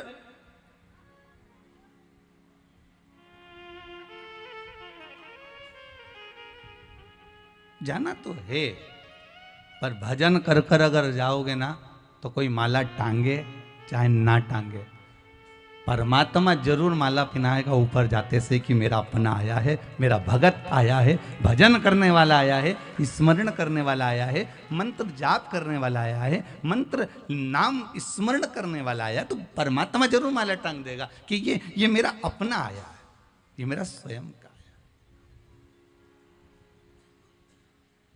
वो जरूर टांगेगा। एक वृक्ष की पत्ती, मात्र एक वृक्ष की पत्ती अगर टूटती है तो उसका भी दोष है।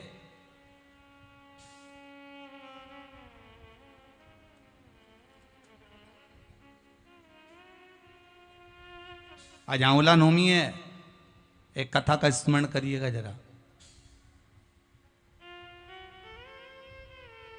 सीताराम सरकार, भगवान राम जी महाराज आज अयोध्या में बड़े ठाठ से विराजे हुए हैं, बड़ी अलमस्ती में बैठे हुए हैं।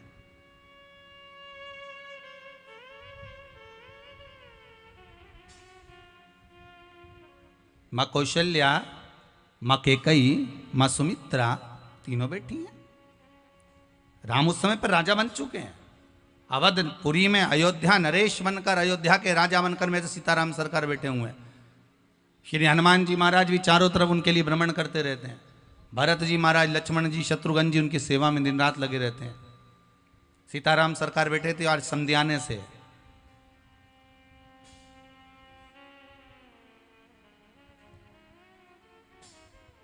आज संध्याने से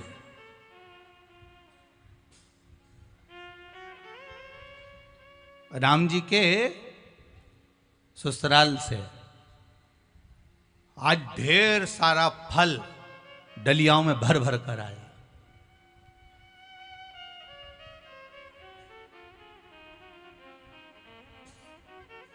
एक दो डलिया फल की भरी, ढेर डलियां फल की भरी और भरा बना। मालूम पड़े थोड़े समय के बाद क्या देख रहे हैं राम जी महाराज कि राजभवन में फल तो भरा हुआ आ रहा है, तो डलिया भर भर कर फिर सामने से फूल भरे भरे आ रहा है।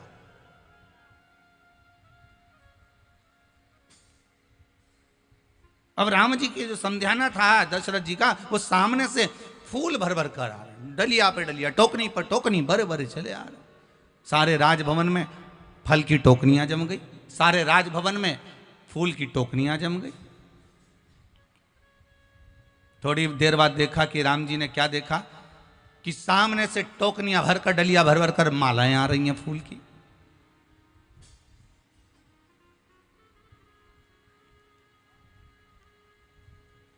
फिर थोड़ी देर बाद राम जी क्या देखते हैं कि सामने से सारे वृक्षों की पत्तियां टूट टूट कर डलियाओं में भर भर कर यहां संध्याने में आ रही हैं, राम जी की यहां आ रही हैं। बहुत ध्यान देना महाराज, आज की शिव महापुराण की कथा जो शेर घाटी गया बिहार से चल रही है, यह कथा शायद आपके जीवन को बदल दे कि एक पत्ती भी अगर टूटती है तो उसका दोष क्या है, वो ये कथा बता रही है।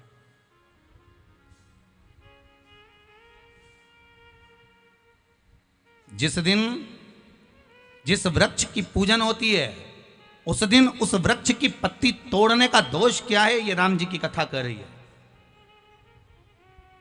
ये राम कथा कर रही है।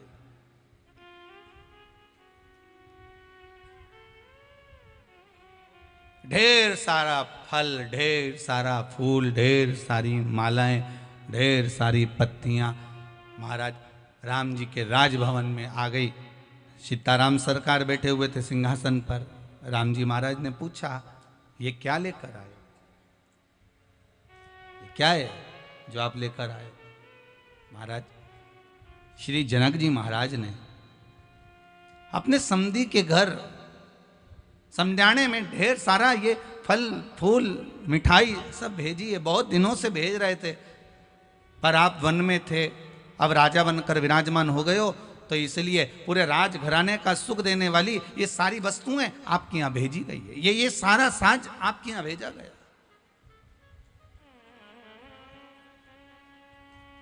महाराज, एक बेटी का बाप, एक बेटी का पिता अपनी बेटी के यहां क्या ना लेकर जाए।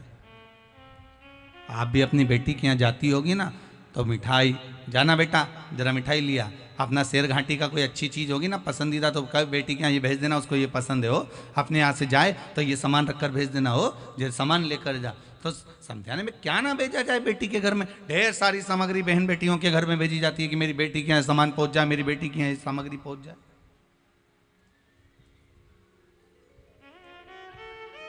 ले जाओ इसको।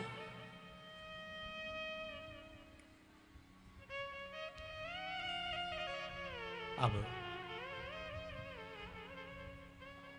कौशल्या मैया बोली, जनक जी को हमारी ओर से नमन करिएगा और जनक जी से कहिएगा, आपने जो सामग्री भेजी हमने स्वीकार करी है, पर अगर पिता के घर से एक बेटी के घर में सामग्री भेजी जाती है तो वो बेटी को स्वीकार करना चाहिए पहले।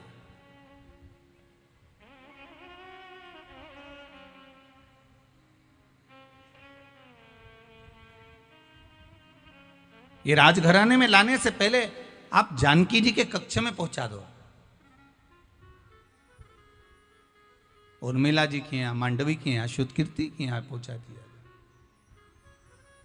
देखिएगा जरा कितनी विचित्र कथा है कि बहू के मायके से अगर कोई सामान आ रहा है तो सास कह रही हैं कि ये आप जिसके लिए आई है उसके यहाँ पहुंचा। और एक आज का जमाना ऐसा है कि लड़ी बहू के घर से क्या आया पहले हमको दिखाओ कि क्या लेके आई है, पहले हमको दिखाओ। और अगर बहू कोई सामान लाई और अपनी सास को नहीं दिखाई तो सास का मुंह भगोना हो गया, तपेला, बोले ही नहीं 8 दिन तो बात ही नहीं करे। क्या हुआ, क्या बताओ, अभी मायके से आई थी, ना जाना कितना सामान लेके आई, मेरे को तो एक रत्ती का नहीं दिखाया, मुझे तो जरा सा नहीं दिखाया, मुझे तो बताया तक नहीं कि क्या लेके आई। अरे तुम मत देखो ना, तुम्हारे पास में सामान की कमी है क्या, वस्तुओं की कमी है क्या, ढेर पड़ा।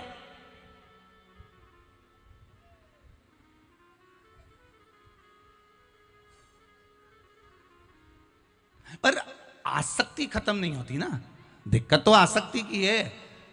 हमारी आसक्ति कहाँ खत्म होती है? बस छठ पूजन में जाएगी, पूजन तो बाद में करेगी, पहले जितनी माताएं पूजन करने के लिए खड़ी होगी उन सब की साड़ी पहले देखेगी, कितनी जोरदार लग रही है, पीली अच्छी लग रही है, नीली अच्छी लग रही है, लाल अच्छी लग रही है, अगली बार मैं छठ पूजन करने जाऊंगी तो यही वाली खरीद के लाऊंगी, देखना।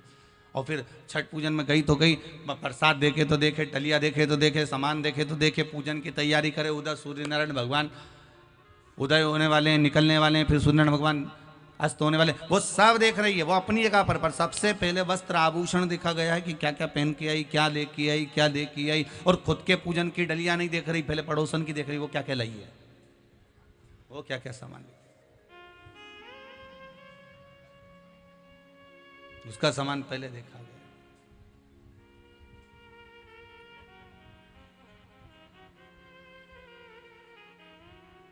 अच्छा, जैसे तुम दूसरे का वस्त्र देखो, दूसरे की सामग्री देखो, शिव महापुराण की कथा कहती है, उसी तरह दूसरे में गुण भी तो देखा करो थोड़ा बहुत कि कितनी अच्छी है, भगवान का भजन कर रही है, सीताराम कर रही है, राम नाम कर रही है, शंकर जी का भजन कर रही है, स्मरण कर रही है। पर नहीं नहीं, हम दूसरे में गुण नहीं देखते, हम दूसरे में अवगुण देखते हैं। बताओ कैसी पागल है, दिन रात मंदिर में जाकर बैठी रहती है, दिन रात भगवान का भजन करती रहती है, दिन रात ये काम करती रहती है, इसके पास कोई काम नहीं, केवल भगवान भगवान भगवान भगवान। और बच्चा कुचा था वो सीवर वाला महाराज, वो और चालू हो गया शिव महापुराण की कथा, और चालू हो गया। आधे से ज्यादा का तो टेंशन हो जाएगा, शेर घाटी में अब 7 दिन क्या होगा,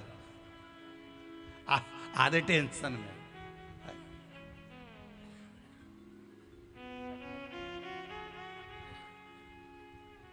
ध्यान देना, घबराना नहीं।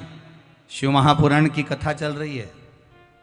7 दिन में से 6 दिन शिव महापुराण की कथा में जो ये बेलपत्री चढ़े, जिनके कमर में, घुटने में, पीठ में, सिर में, कंधे में कहीं पर भी तकलीफ हो,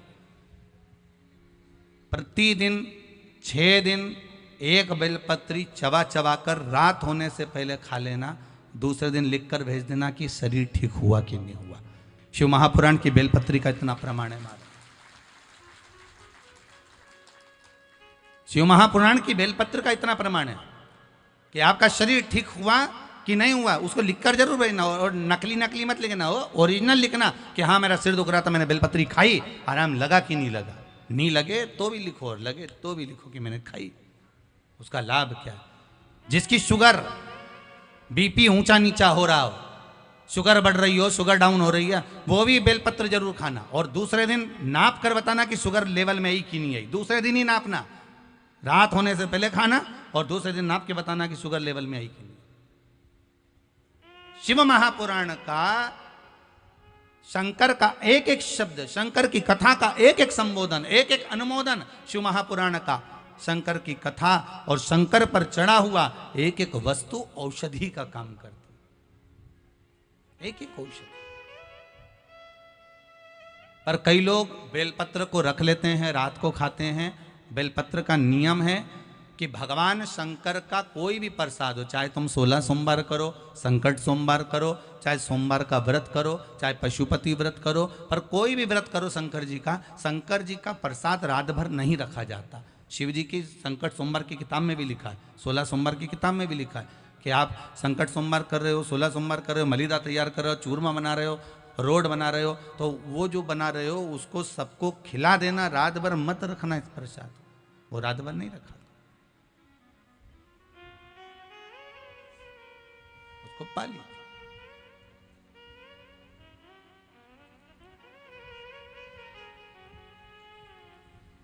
ये जो सामान आया है ये मां जानकी के कक्ष में पहुंचाओ, कौशल्या जी के दे दो। सेवक जानकी जी के कक्ष में, माता सीता के कक्ष में सेवक वो फल, वो फूल सब ले गए।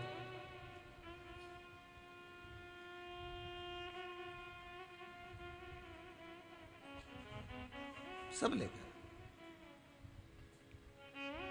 सीता जी गई कक्ष के अंदर,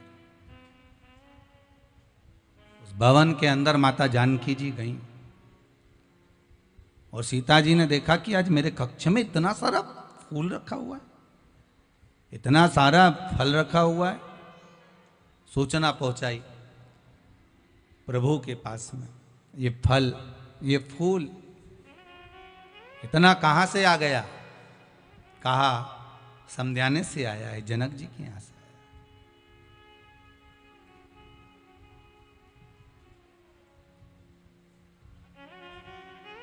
तो ये तो माता कौशल्या, केकई और सुमित्रा जी के पास भेजना था। बहू का फर्ज देखिए मां सीता निभा रही है, सास का फर्ज माता सास ने निभा दिया कौशल्या जी ने कि ये फल भेज दो, ये मिठाई भेज दो, ये फूल भेज दो। और बहू फर्ज निभा रही है कि ये कौशल्या जी के कक्ष में भेज दो। आया है तो पहले सास के हाथ में आना चाहिए, घर के बुजुर्ग के हाथ में आना चाहिए। आपको बढ़ता हुआ देखकर घर के माँ बाप कभी दुखी नहीं होते। आपको बढ़ता हुआ देखकर घर के माता पिता इतने खुश होते हैं कि वो आशीर्वाद देते हैं कि और उन्नति करते जाओ, बढ़ते जाओ, चढ़ते जाओ, और बढ़िए। माँ बाप कभी दुखी नहीं होते। बच्चों को बढ़ता हुआ देखकर माता पिता बड़े प्रसन्न होते हैं कि आपकी जिंदगी में और अग्रणी हो, और बढ़ते जाओ।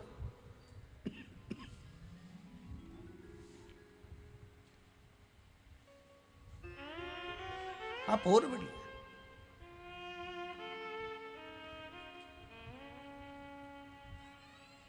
अब कैकई मैया आई। माता कैकई ने कहा, सीते,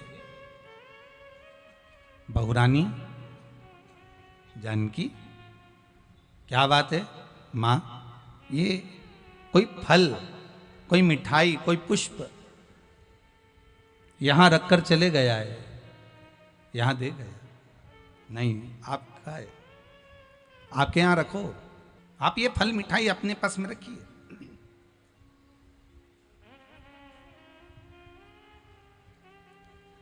सीता जी ने कैकई मैया के जाने पर एक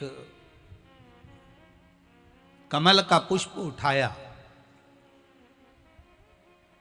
और कमल के पुष्प को माता सीता ने सुगंध ले ली।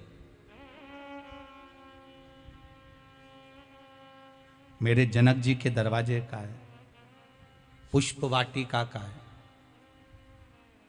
एक कमल के पुष्प की माता जानकी जी ने सुगंध ले ली।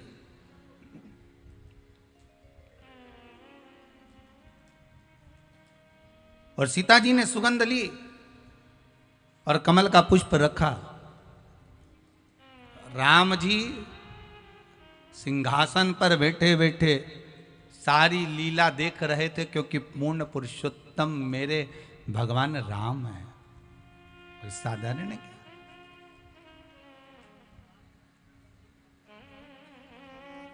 पूर्ण पुरुषोत्तम मेरे राम।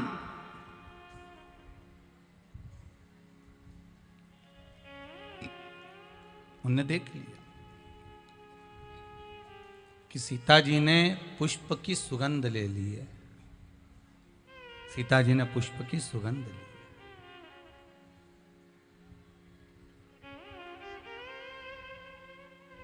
अब राम जी वापिस अपने कक्ष में आए माता जानकी के। आज आंवला नवमी है तो ये प्रसंग निकला है, बड़े ध्यान से सुनना। शायद पूर्व की जितनी कथाएं आप लोगों ने सुनी होगी उसमें ये प्रसंग नहीं सुना होगा। एक पत्ते को टूटने का प्रसंग है ये, और उस पत्ते का दोष का प्रसंग है।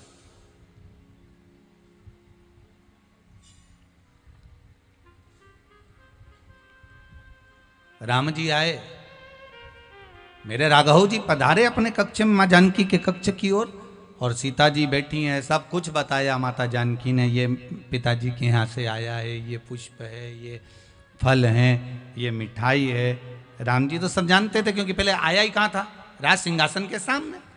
पहले रखा ही कहाँ था? सिंहासन के सामने। सारी वस्तु वहीं रखी थी, वो तो माता कौशल्या जी ने वहां भेजा। तो राम जी को तो सब मालूम था। राम जी जो जानना चाहते थे वो सीता जी ने नहीं बताया। राम जी क्या जानना चाहते थे? कि मैंने एक कमल के पुष्प की सुगंध ले ली है।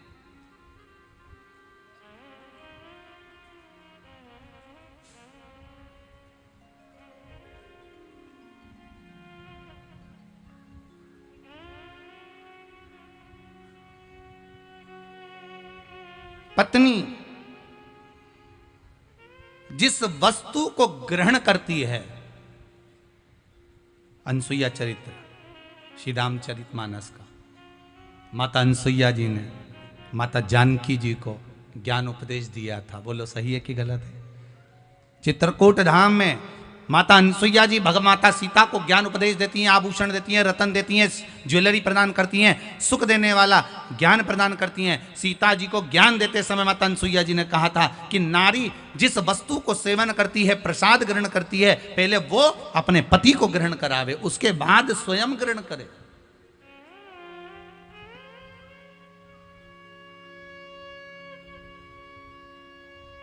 ये अनसुईया चरित्र तो सीता जी ने बाद में सुना, और सुनने के बाद ग्रहण करने के बाद भी माता सीता के स्मरण में नहीं रहा कि मुझसे आज गलती हो गई। हाँ, सीता जी ने कौन सी गलती कर दी थी? मात्र एक पुष्प को उठाया और सूंघ लिया और सूंघ कर वापिस रख दिया। पर सीता जी ने यह बात मेरे राघव जी को नहीं बताई, मेरे राम जी को नहीं बताई कि मैंने फूल सूंघ लिया है, मैंने पुष्प की सुगंध ले ली है।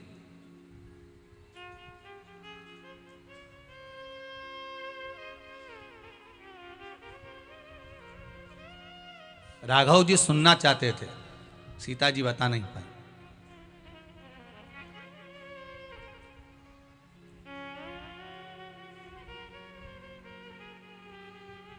राघव जी सुनना चाहते थे कि सीता जी एक बार बता दे बस मेरे को कि मैंने फूल सूंघ लिया, पर बताया नहीं, बता नहीं पा रही।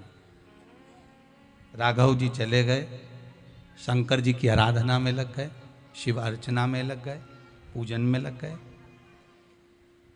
शंभु शरणे पड़ी मांगू घड़ी रे घड़ी, दुख काटो दया करी ने दर्शन आपो। शिव अर्चना में, शंकर की भक्ति में सीताराम सरकार भगवान राघव जी लग गए। सीता जी बता नहीं पाई, समय आ गया, समय आया।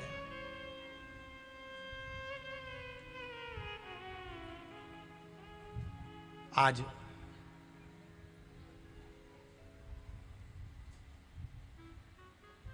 ये क्रम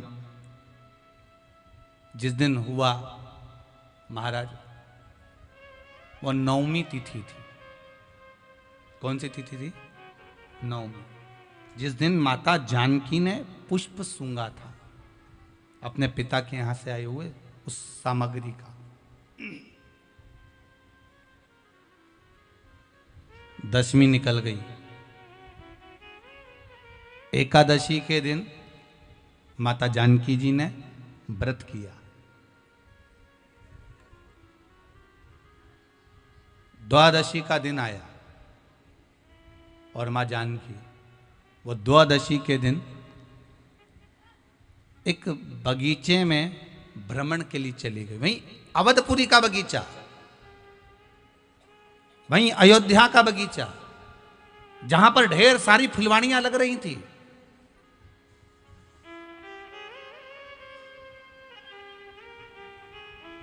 जहां पर ढेर सारे पुष्प लगे हुए थे। मां जानकी जी द्वादशी के दिन, तिथि के दिन बगीचे में भ्रमण के लिए गई और भ्रमण करते करते माता जानकी जी ने एक पुष्प तोड़ना चाहा। पुष्प जैसी तोड़ना चाहा, माता सीता का पल्लू उड़ा और जानकी जी का पल्लू उड़कर एक तुलसी के वृंद पर पड़ गया। तुलसी के वृंद पर पड़ा तो तुलसी का पत्ता सीता जी के चलते ही टूटकर भूमि पर गिर गया।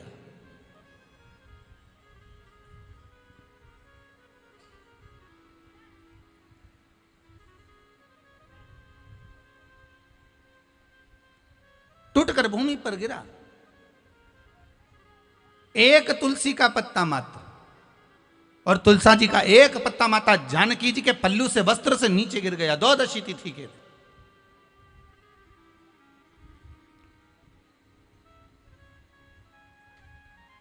सीता जी वापिस आ गई।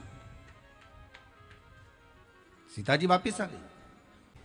देवऋषि नारद का आगमन हो गया और देवऋषि नारद जी आते से बोले राघव जी से, राम जी महाराज से, प्रभु बहुत भूख लग रही है, कुछ भोजन की व्यवस्था हो जाएगी क्या आपके यहाँ?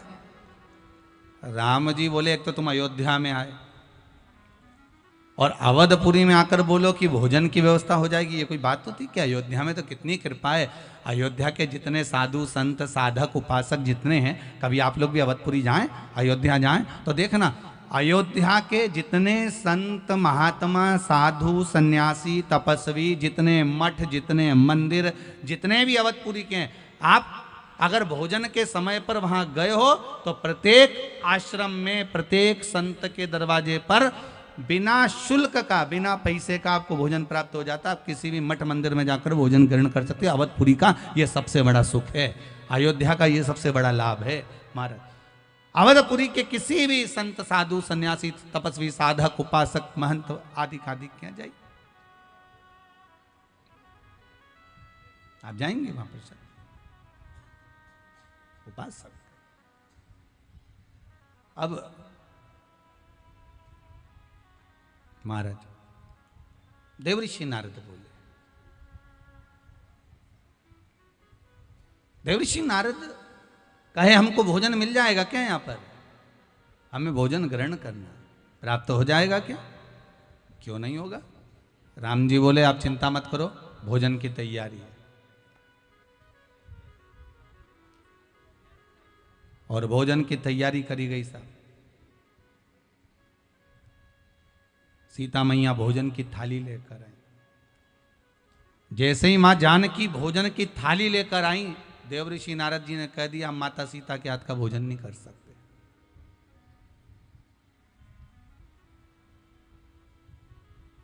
बहुत ध्यान से सुन लेना माताओं,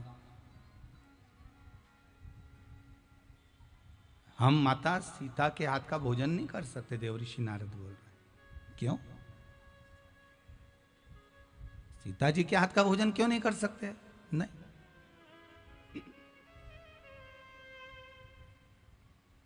कारण क्या हुआ ये तो बताओ। देवऋषि नारद बोले प्रभु एक तो आपके घर का भोजन करना है और ऊपर से हम बोलें कि सीता जी के हाथ का भोजन नहीं करना और कारण भी हम बताएं, तो ये कोई बात होती है क्या? राम जी बोले भोजन तुम नहीं कर रहे तो कारण भी तो तुम्हें बताना पड़ेगा कि क्यों नहीं कर रहे। कई लोगों की आदत होती है डॉक्टर के यहाँ दिखाने गए बेटे को और पास में उसका दोस्त खड़ा रहता है। अब डॉक्टर बेटे से पूछ रहा है तुम्हें तकलीफ क्या है, तो दोस्त कह रहा है पेट दुख रहा है इसका। फिर डॉक्टर साहब ने पूछा तुम्हारा नाम क्या है, तो दोस्त बोला भेरू है। फिर डॉक्टर ने पूछा कितने दिन से दुख रहा है, तो दोस्त कह रहा 4 दिन हो गया। 4 दिन हो गए।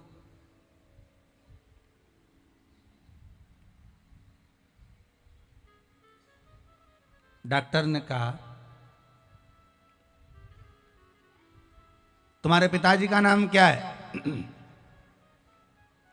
कि लखन सिंह। अच्छा,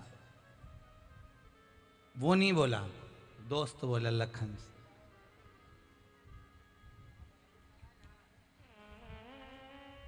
डॉक्टर ने पूछा तुम इनके पिताजी का नाम बता रहे हो कि अपने पिताजी का? नहीं, पिताजी का इनके ही बता रहा हूं। अच्छा, बीमारी इन्हीं की बता रहा हूं। अच्छा,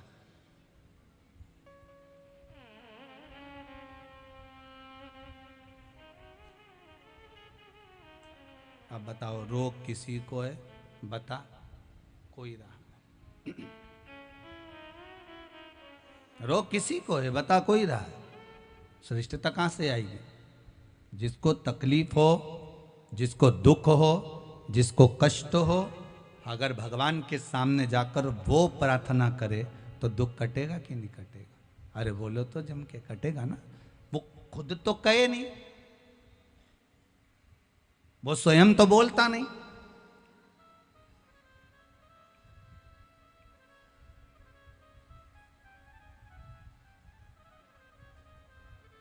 कई लोग सोचते हैं हम अगर दान कर देंगे, पंडित जी को हमने ये दे दिया, ब्राह्मण को हमने ये दे दिया, साधु को हमने ये दे दिया, संत को हमने ये दे दिया, तो हमारा दुख कट गया।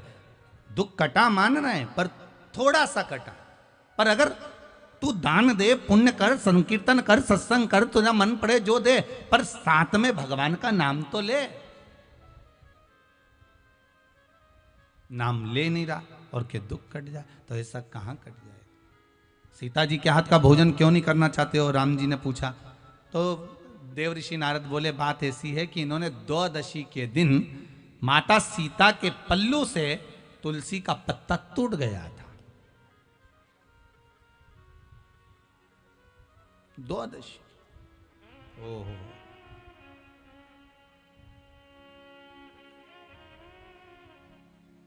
क्या जानकी जी को यह नहीं मालूम कि द्वादशी,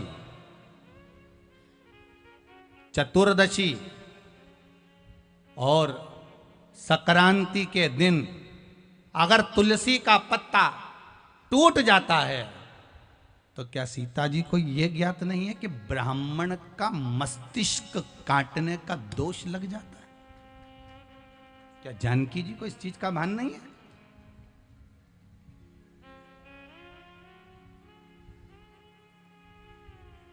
कौन कौन सी तिथि बताइए, जम के बोलते जाओ। द्वादशी, चतुर्दशी और संक्रांति।